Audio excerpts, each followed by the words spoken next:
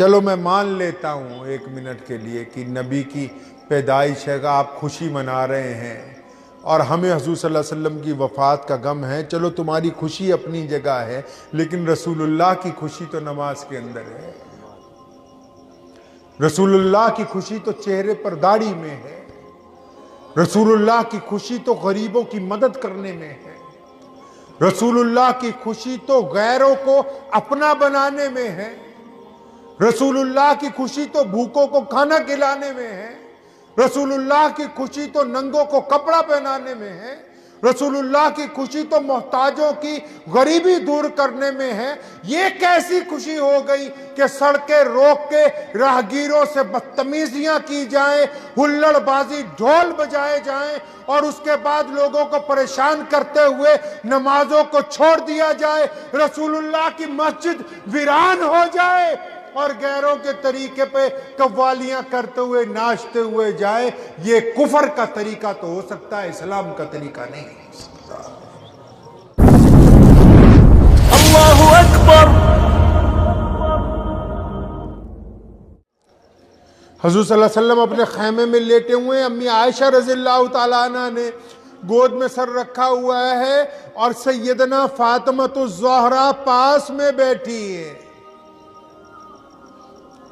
آخری وقت ہے حضور اکرم صلی اللہ علیہ وسلم کا۔ کسی نے پوچھا یا رسول اللہ اندر آ جاؤں، اندر آ جاؤں؟ فاطمہ پوچھتی ہیں ابو جی یہ کون ہے جو اندر آنے کی اجازت مانگتا ہے؟ فرمایا بیٹا یہ وہ ہے موت کا فرشتہ جس نے آج تک کسی سے پوچھا ہی نہیں کہ میں اندر آ جاؤں یا نہ آؤں۔ جو ناچنے گانے والے ہیں 12 ربیع الاول کو عید میلاد النبی کا نام دینے والے، ان سے کوئی غصہ نہیں ہے، وہ بھی ذرا دھیان سے سنیں کہ جس وقت تم ڈھول بجاتے ہو نا،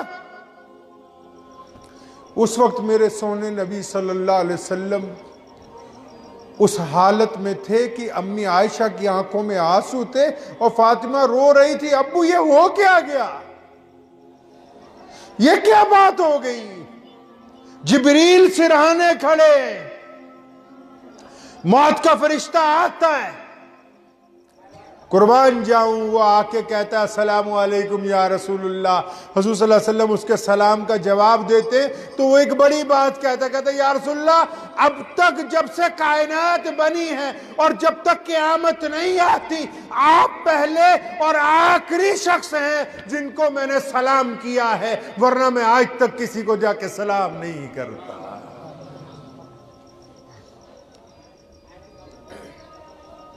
اور پھر اس نے دوسری بڑی بات کہی، کہنے لگے یا رسول اللہ اللہ فرماتے ہیں موت کے فرشتے نے یہ بات کہی ہے، آج جبرائیل نہیں باتیں کر رہا، آج ملک الموت باتیں کر رہا ہے محمد رسول اللہ سے، کہ یا رسول اللہ اللہ فرماتے ہیں کہ میرے محبوب کے پاس جاؤ اور محبوب سے پوچھو کہ اے پیارے محبوب آپ کو اللہ یاد فرماتے ہیں، اگر آپ جانا چاہتے ہیں تو میں لے کے جاؤں گا، اگر آپ نہیں جانا چاہتے تو میں واپس لوٹ جاؤں گا۔ یہ مرتبہ بھی کائنات میں کس کو حاصل ہوا؟ محمد الرسول اللہ کو حاصل ہوا۔ اور سونے نبی نے کوئی کام کائنات میں ایسا نہیں کیا جو اللہ کی رضا کے بغیر ہو۔ جبرائیل پاس کھڑے ہیں، محمد رسول اللہ نے آنکھیں اٹھائی، جبریل کو دیکھا، آنکھوں میں پوچھا جبریل کیا کہتے ہو؟ تم اللہ کا پیغام لے کے ہمیشہ میرے پاس آتے ہو، اللہ کے نمائندے ہو میرے پاس، قرآن تم نازل کرتے ہو مجھ پر، جبریل بتاؤ تم کیا کہتے ہو؟ جبریل نے کہا یا رسول اللہ اللہ آپ سے ملنے کے لیے تیار ہے، وہ آپ سے ملاقات کرنا چاہتے ہیں۔ ملک الموت کو جب اجازت دے دی کہ ٹھیک ہے میں جانے کے لیے تیار ہوں،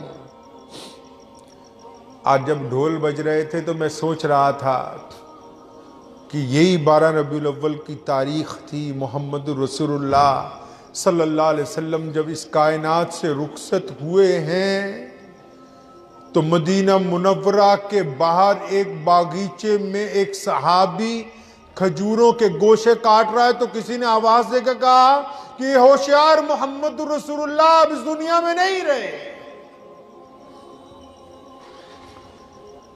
وہ گوشے کاٹتا کاٹتا رک جاتا ہے، خبر دینے والے سے پوچھتا ہے کیا سچ ہے کہ محمد رسول اللہ کا وصال ہو گیا؟ کہنے لگا ہاں سچ ہے، وہ خنجر ہاتھ میں ہے۔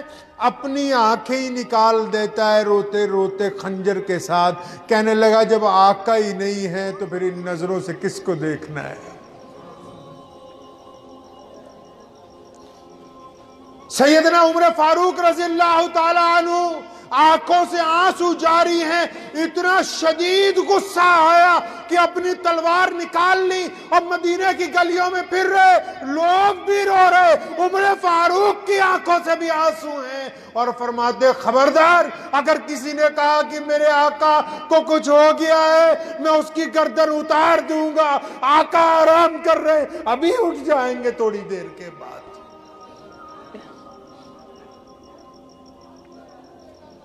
حضرات صحابہ اکرام رضی اللہ تعالیٰ اجمعین نڈھال ہیں، حضرات صحابہ اکرام رضی اللہ تعالیٰ اجمعین نڈھال ہیں، پورا مدینہ رو رہا ہے۔ کوئی چھوٹا غم نہیں ہے جو 12 ربیع الاول کو مسلمانوں پر ٹوٹا، کوئی عام بات نہیں تھی۔ ہمارے کائنات کے مولا جس کی وجہ سے ہمیں زندگیاں عطا ہوئی، جس کی وجہ سے ہمیں عزتیں ملی، جس کی وجہ سے رزق ملا، جس کی وجہ سے سجدے ملے، وہ ہستی جب ہم کو چھوڑ کے گئی تو اندازہ لگائیے کہ مدینے کی گلیوں میں صحابہ اکرام کی زندگی کیسے ہو گئی ہوگی۔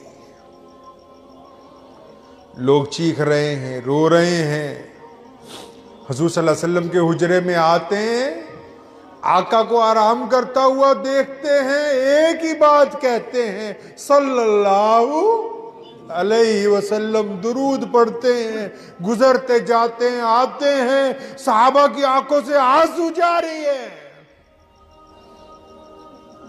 آتے ہیں درود پڑھتے جائے جا رہے ہیں، اور اس دوران بڑی بات ایک اور ہو گئی کہ وہ منافق جو عرصہ دراز سے، جو بدر کے وقت، جو حنین کے وقت، جو خندق کے وقت مسلمانوں میں جو منافق لگے ہوئے تھے کہ حضور اکرم صلی اللہ علیہ وسلم کے مشن کو فیل کرنا ہے، ان منافقوں کو بھی موقع مل گیا، انہوں نے بھی چنگاری چھوڑ دی کہ ہائے ہائے اب تو محمد الرسول اللہ نہیں رہے، اب نماز کس نے پڑھنی ہے، اب تو محمد الرسول اللہ وصال کر گئے، اب کون مسجد میں جائے گا، اب محمد الرسول اللہ نہیں ہے ہمارے درمیان، اب اذان دینے کی کیا ضرورت ہے، اب کون قرآن پڑھے گا۔ بڑی تیزی سے انہوں یہ فتنہ ایک دن میں ہی امت میں پھیلانے کے لیے زور پکڑ دیا کہ لوگوں کو یہ کہنے لگے کہ اب کیا ضرورت ہے، محمد الرسول اللہ صلی اللہ علیہ وسلم ہمارے درمیان موجود نہیں ہے۔ جب امت پر یہ مصیبت اتنی بڑی ٹوٹی تو ایک بندہ کھڑا ہوا۔ جب عمر فاروق رضی اللہ تعالیٰ عنہ جیسے لوگ تلوار لیے یہ کہہ رہے تھے کہ کوئی اگر کہے گا کہ میرے آقا نہیں رہے تو میں گردن اتار دوں گا، جب سیدنا عثمان رضی اللہ تعالیٰ عنہ جیسے لوگ حجرہ رسول صلی اللہ علیہ وسلم کی دیوار سے لگے رو رہے تھے، جب جلیل القدر صحابی مسجد نبوی میں نڈھال پڑے تھے، ایک بندہ اٹھ کے کھڑا ہوا، آواز دی صحابہ کو کہ محمد الرسول اللہ کے دیوانوں، اب یہ ذرا بتاؤ کہ تم محمد الرسول اللہ کی عبادت کرتے تھے یا اللہ کی عبادت کرتے ہو؟ صحابہ کرام نے ہوش سنبھالا، فرمایا ہم اللہ کی عبادت کرتے۔ فرمایا یہ بتاؤ کہ محمد الرسول اللہ نے یہ جو قرآن تم کو دیا ہے کیا اب یتیم ہو گیا؟ محمد الرسول اللہ نے یہ اسلام کا پرچم جو تم کو دیا ہے کیا دنیا اب اس کو جھکا دے گی؟ صحابہ اکرام نے ہوش سنبھالا، اٹھ کر کھڑے ہو گئے، فرمایا نہیں، ہم ہیں محمد الرسول اللہ کے وارث، جب تک ہم زندہ ہیں کائنات کی کوئی طاقت دین اسلام کی طرف آنکھ اٹھا کر نہیں دیکھے گی۔ مسلمانوں کو اگر سنبھالنے والا یہ کوئی بندہ تھا تو وہ ابو بکر تھے، وہ ابو بکر تھے رضی اللہ تعالی عنہ۔ میرے نبی صلی اللہ علیہ وسلم آخری وقت میں بھی نصیحت فرما رہے، نماز کو قائم کر لو، نماز آنکھوں کی ٹھنڈک ہے۔ یہ ہندو سکھ دوستوں کو بیوقوف بنا کے کہتے ہیں کہ آج عید، کوئی عید نہیں ہے آج، کون کہتا ہے عید ہے؟ عید میں تو ہم 5 کی بجائے 6 نمازیں پڑھتے ہیں۔ مسجد میں 5 نمازیں ہوتی نا دن میں، فجر، ظہر، عصر، مغرب، عشاء، عید کے دن 6 جماعتیں ہوتی۔ میرے نبی کی عید تو عبادت والی ہے۔ چلو میں مان لیتا ہوں 1 منٹ کے لیے کہ نبی کی پیدائش ہے، آپ خوشی منا رہے ہیں اور ہمیں حضور صلی اللہ علیہ وسلم کی وفات کا غم ہے، چلو تمہاری خوشی اپنی جگہ ہے، لیکن رسول اللہ کی خوشی تو نماز کے اندر ہے۔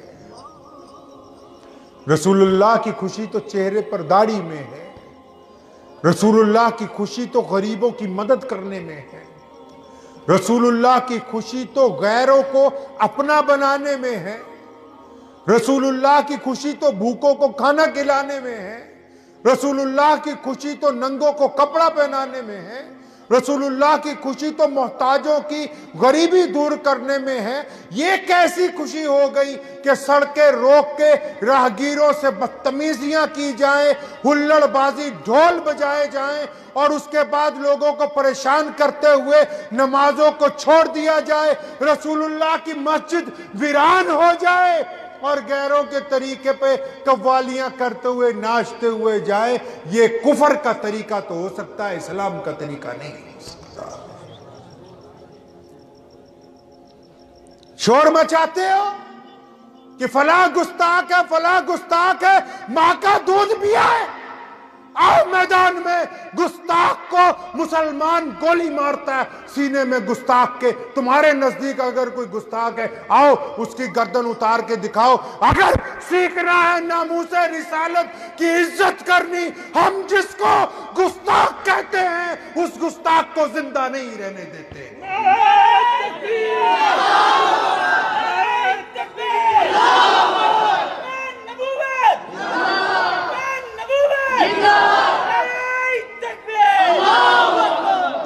تاریخ اٹھاؤ ہماری، غازی علم الدین نے پھانسی کے تختے کو چومنا بہتر سمجھا، لیکن اس نے گستاخ رسول کو معاف نہیں کیا۔ غازی عامر چیمہ نے ڈنمارک میں جا کر اس گستاخ کارٹونسٹ کا قتل کیا جس نے محمد الرسول اللہ کی شان میں بے ادبی کی تھی۔ تم جھوٹ بولتے ہو، جنہیں تم گستاخ کہتے ہو ضرورت پڑنے پہ تم ان کے تلوے چاٹتے ہو۔ تم ایمان والے نہیں، تم بے ایمان والے ہو۔ گستاخ کا مطلب سمجھتے ہو؟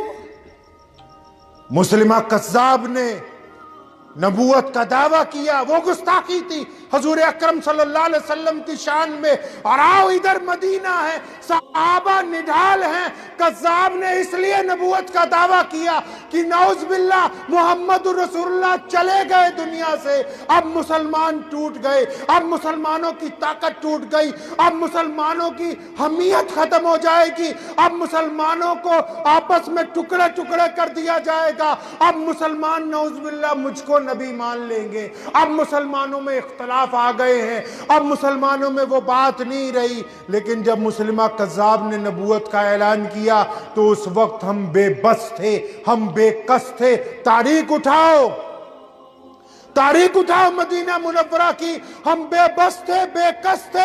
حضور صلی اللہ علیہ وسلم کے روزے پر ہم روتے ہوئے درود پڑھتے گزر رہے تھے، مسلمانوں کی بڑی تعداد دلوں کو نڈھال کر کے بیٹھی ہوئی تھی۔ لیکن جب مسلمہ کذاب نے نبوت کا اعلان کیا، جب اس نے شان رسالت میں نعوذ باللہ گستاخی کی، ابو بکر اٹھے،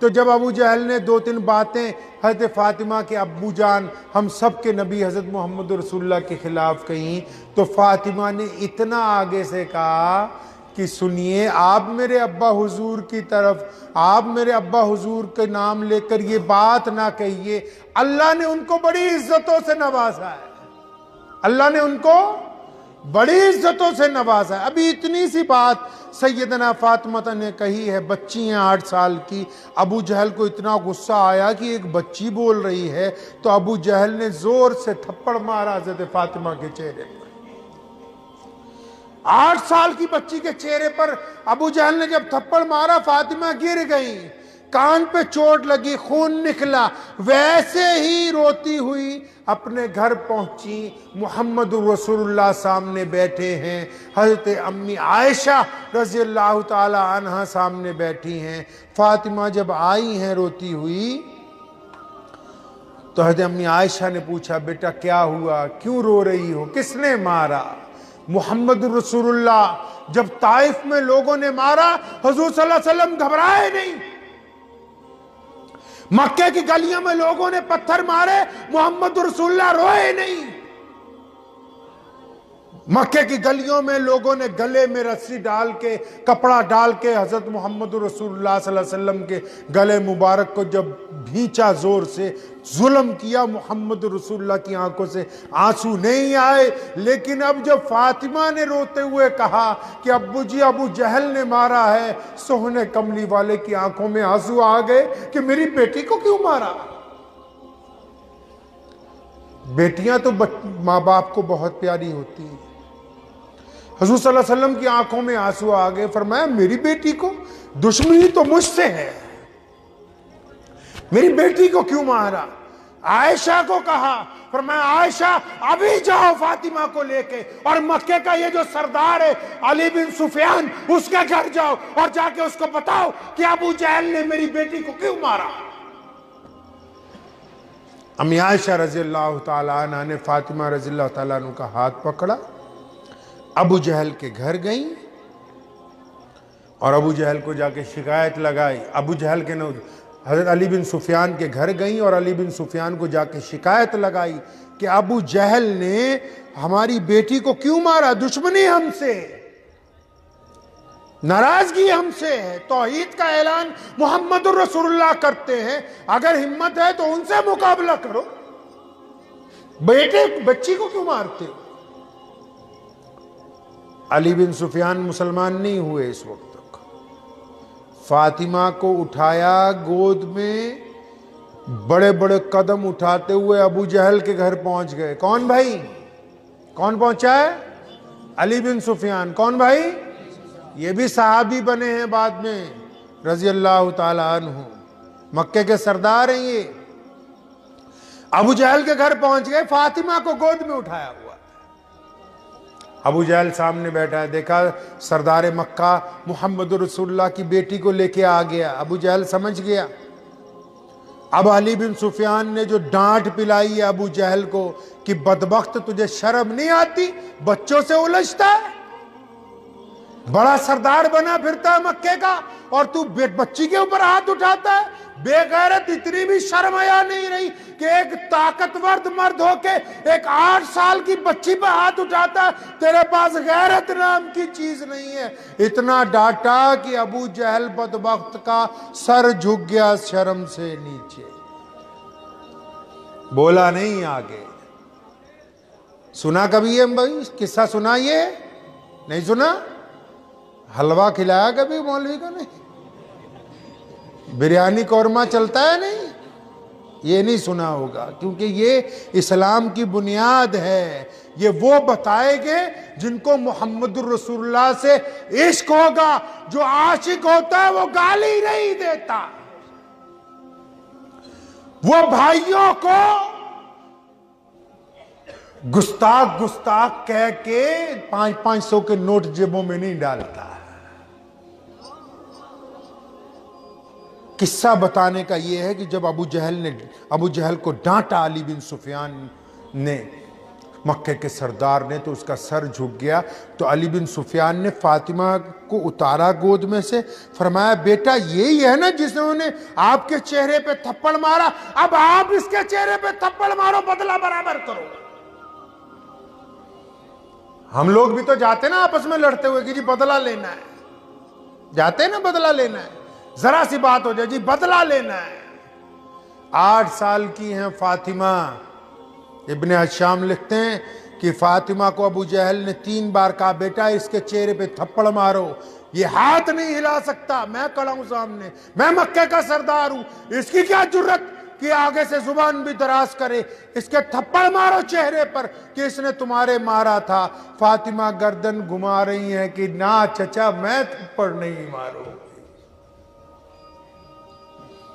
ابو جہل نے کیا بات پوچھی فاطمہ سے, فرمانے لگے بیٹا مارتے کیوں نہیں, آپ اپنا بدلہ پورا کرو. میرے نبی کی بٹیا نے کہا, ہم سب کی روحوں کی سردار نے کہا, ہمارے سروں کے تاج حسن و حسین کی امی نے کہا, شیر خدا کی زوجہ نے کہا, حضرت محمد الرسول اللہ کی لگتے جگر نے کہا کہ علی بن سفیان آپ مکے کے سردار ہیں, بلا شبہ مجھے اختیار ہے کہ میں تھپڑ مار کے بدلہ لے لوں. فرمایا نہیں چچا, میرے ابو کہتے ہیں, اللہ کے نبی کہتے ہیں کہ ہم بدلہ لینے کے لیے نہیں آئے, ہم معاف کرنے کے لیے آئے. 8 سال کی بٹیا کہتی ہے. اور پھر علی بن سفیان نے یہیں پر تسلی نہیں ہوئی, فاطمہ رضی اللہ تعالیٰ عنہ کا ہاتھ پکڑا, ننھا سا ہاتھ ہوا میں لہرایا, فرمایا بیٹا نہیں مار اس کے چہرے پہ تھپڑ. فرماتی ہیں کہ حضرت علی بن سفیان میرا ہاتھ ابو جہل کی طرف لے جاتے تھے, میں زور لگا کے اپنے ہاتھ کو موڑ کے واپس لے آتی تھی. 3 بار ایسا ہوا.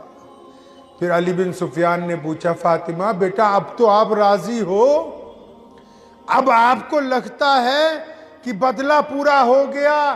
فاطمہ کہتی ہاں چچا میں راضی ہوں.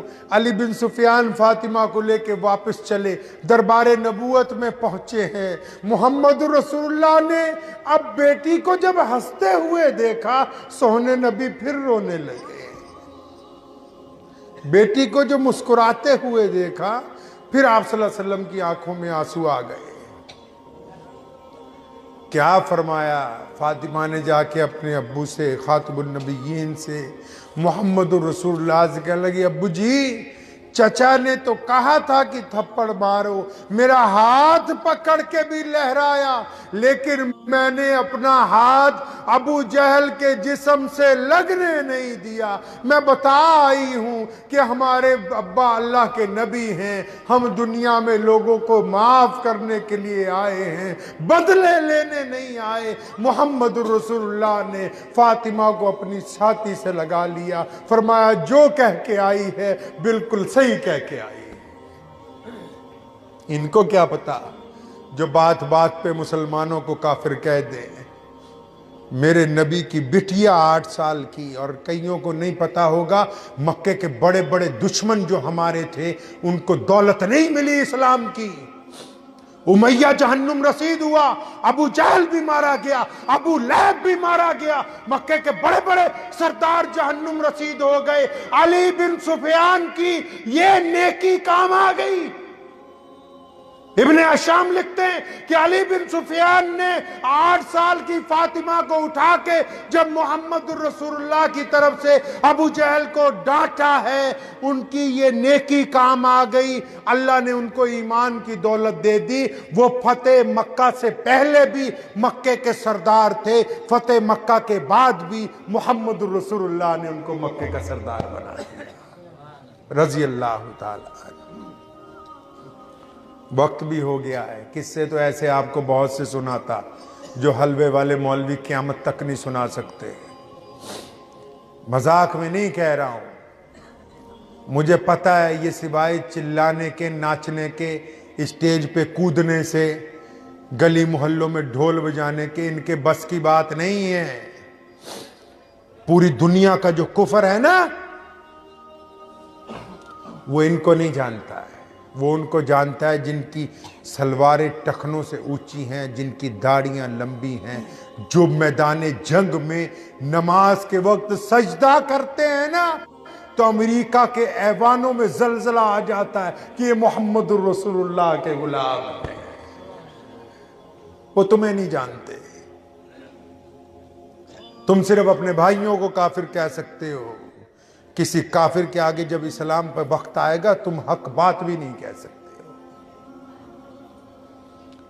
آؤ آج کا دن ہے محمد رسول اللہ کی پیروی کے عہد کا اعادہ کرنے کا دن ہے، کریں گے انشاءاللہ۔ اندازہ لگاؤ جس نبی نے ہم کو اسلام جیسی دولت دی، ہم کتنے خوش نصیب ہیں کہ مسلمان ہیں، ہے کہ نہیں بھائی؟ مجھ جیسا گنہگار آدمی مکہ مکرمہ گیا، وہاں بیت اللہ میں اور پھر حضور اکرم صلی اللہ علیہ وسلم کے روضہ مبارک پر، آپ یقین مانیے روزانہ اگر 1,00,000 آدمی نظر کے سامنے سے گزرتے تھے، الگ الگ ملکوں کے لوگ، الگ الگ رنگ کے لوگ، الگ الگ نسل کے لوگ، جن کو آپ نہیں جانتے وہ آپ کو نہیں جانتے، لیکن السلام علیکم کہہ کے ایسے آپ سے ملیں گے جیسے ایک ہی ماں کے پیٹ سے یہ لوگ پیدا ہوئے۔ یہ نعمت نہیں ہے کہ آج دنیا کی کوئی خطہ، کوئی رنگ، کوئی نسل، کوئی زبان ایسی باقی نہیں ہے جہاں محمد الرسول اللہ صلی اللہ علیہ وسلم کے نام لیوا باقی ہے۔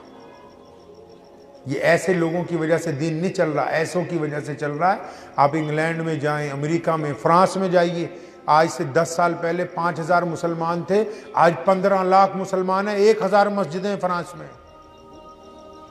جرمن میں جائیے، ٹوکیو میں جہاں جگہ خریدنی مشکل ہے، وہاں مسلمان قطاروں میں کھڑے ہیں نماز جمعہ ادا کرنے کے لیے۔ کیوں کھڑے ہیں؟ کیونکہ ہم پیدائشی مسلمان نہیں۔ میں اپنی بات کرتا ہوں، آپ کی بات کرتا ہوں، ہم لوگ کون ہیں؟ ہمارے باپ دادا مدینے سے آئے تھے بھائی؟ مکے سے آئے تھے؟ نہیں، ہم تک سونے نبی کا پیغام پہنچا ہے۔ دنیا نے ہمیں چھوا چھوت کے نام پر، دنیا نے ہمیں ظلم کے نام پر، دنیا نے غریبوں کے پیروں میں بیڑیاں پہنائی تھیں، دنیا نے کہا تھا کہ ایک کنویں سے تم پانی نہیں پی سکتے ہو، دنیا نے کہا تھا کہ تمہیں پڑھنے کا اختیار نہیں ہے، لوگوں نے کہا تھا تم غلام بن کر رہو گے۔ میرے نبی آئے ہیں، کالے بلال کو بیت اللہ کی چھت پر کھڑا کیا ہے اور غلام اسامہ کو سردار بنایا فوج کا، دنیا کو بتا دیا کہ اب محمد آ گئے ہیں، اب پوری دنیا میں گورے اور کالے میں تمیز ختم ہو گئی، اب امیر اور غریب میں تمیز ختم ہو گئی، اب اللہ کے بندے ایک برابر ہیں۔ اب بھی جو مسلمان بھی سن لو دھیان سے، جاتے جاتے آخری بات بتا دوں، اگر کسی مسلمان بھائی کو یہ غلط فہمی ہے کہ میری ذات بڑی اونچی، میں بہت اونچا ہے، میری ذات اونچی ہے، میرا مال بہت زیادہ ہے، میں بڑا تکڑا ہے، اگر کسی کو غلط فہمی ہے نا کہ 4 پیسے زیادہ آ گئے ہیں، کہ میں اونچا ہوں، میری برادری اونچی ہے، میری ذات اونچی ہے، میرا رنگ اچھا ہے، اور میں کسی دوسری برادری والے کے ساتھ بیٹھ کے کھانا نہیں کھاؤں گا، یا میں کسی غیر مسلم کے ساتھ جو ہمارے مذہب کا نہیں، جو ہمارے مذہب کا نہیں، جو محمد رسول اللہ کے مذہب کا نہیں، میں اس کے ساتھ بیٹھ کے کھانا نہیں کھا سکتا، اس کا جھوٹا پانی نہیں پی سکتا۔ لکھ کے لے جاؤ، جو بندہ کسی کے ساتھ مذہب کی بنیاد پر نفرت رکھتا ہو، وہ سید بنے، پٹھان بنے، انصاری بنے، قریشی بنے، سنی بنے، دیوبندی بنے، جو مرضی بنے، وہ کلمہ لا الہ الا اللہ محمد الرسول اللہ پڑھنے والا محمد الرسول اللہ کا مسلمان نہیں بن سکتا،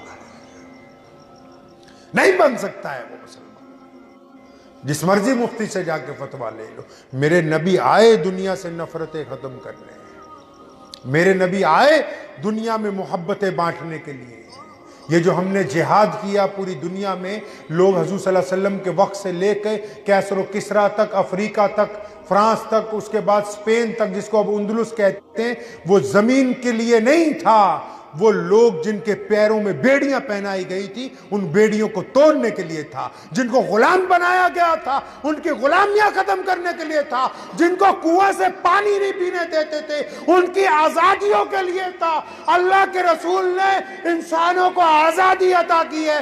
یہ کیسے ہو سکتا ہے کوئی بندہ کہے کہ میں رسول والا ہوں اور پھر وہ انسانوں سے نفرت کرتا ہو؟ جو رسول والا ہو وہ نفرت کر نہیں سکتا، کسی قیمت پر وہ نفرت نہیں کر سکتا۔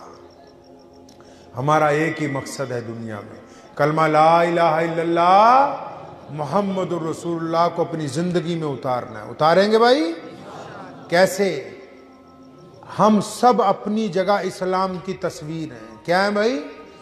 فوٹو دیکھتے نا آپ صبح کو شیشے میں، آپ یہ نہ سمجھو یہ مولوی صرف اسلام کی تصویر ہیں۔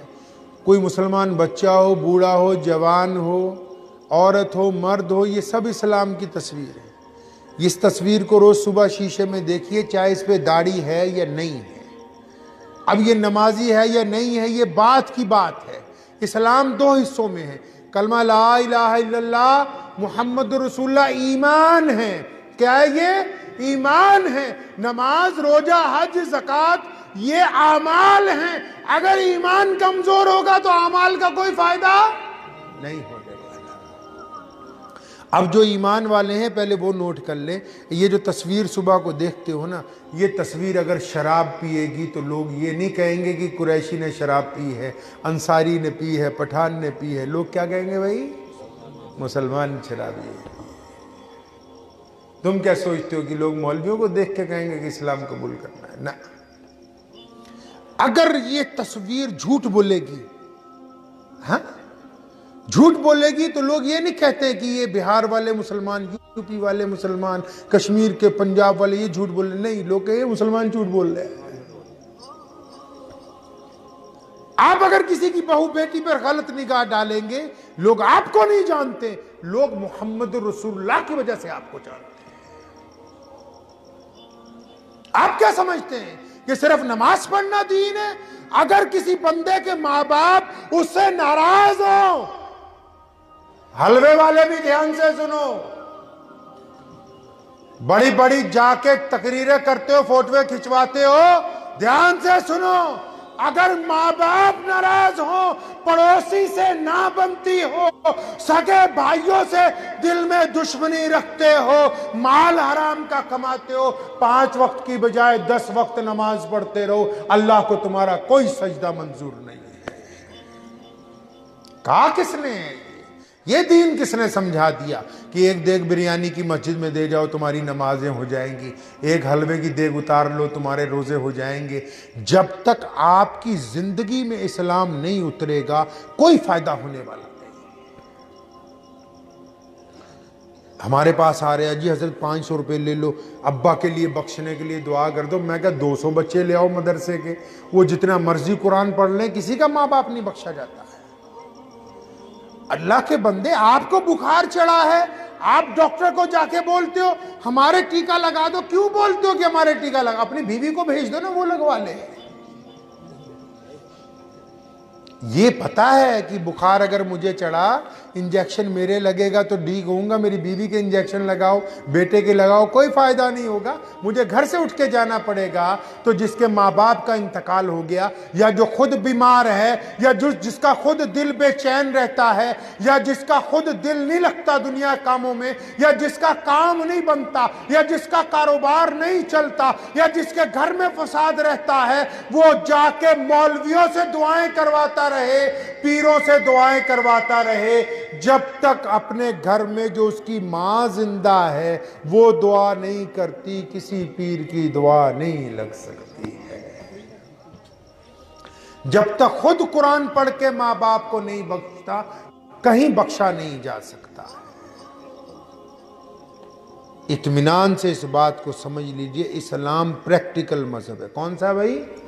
پریکٹیکل مذہب ہے۔ ہمیں اپنی زندگی کو نمونہ بنانا ہے سہن نبی محمد رسول اللہ کے مطابق۔ ہمارے جو بھائی ہیں وہ بار بار یہ کہہ دیتے ہیں کہ یہ فلاں سنی جو ہیں یہ سنی نہیں گستاخ ہیں، ہم پھر بھی ان سے اس لیے محبت کرتے ہیں کہ یہ عشق رسول میں ہمیں گستاخ کہہ رہے ہیں، یہ عشق رسول میں کہہ رہے ہیں، لیکن ہم یہ چاہتے ہیں کہ یہ بھی عاشق بن جائے، یہ بھی محمد الرسول اللہ کے نام پہ پھانسی کے تختے کو چوم لیں، یہ بھی محمد الرسول اللہ کے نام پہ نمازوں کی ادائیگی شروع کریں، یہ بھی محمد الرسول اللہ کے نام پر مسجدوں کو آباد کریں، یہ اسلام کا تماشا نہ بنائیں، یہ بھی محمد الرسول اللہ جیسا چہرہ بنا لے تاکہ ان کو دیکھ کے لوگ خوش ہو جایا کریں۔ تو وقت بھی ہو گیا ہے، ارادہ ہے کہ صبح انشاءاللہ فجر کی نماز جماعت سے پڑھیں گے انشاءاللہ۔ تو دعا کیجئے، جتنی باتیں میں نے آپ سے کی ہیں اللہ تعالیٰ مجھے اور آپ سب کو اس پہ عمل کرنے کی توفیق عطا فرمائے۔ وآخر دعوانا الحمدللہ رب العالمین۔ مجھے امید ہے کہ آپ کو یہ ویڈیو پسند آئی ہوگی، اگر پسند آئی ہو تو یہ آپ اپنے دوستوں کے ساتھ شیئر کریں اور اس چینل کو سبسکرائب ضرور کریں۔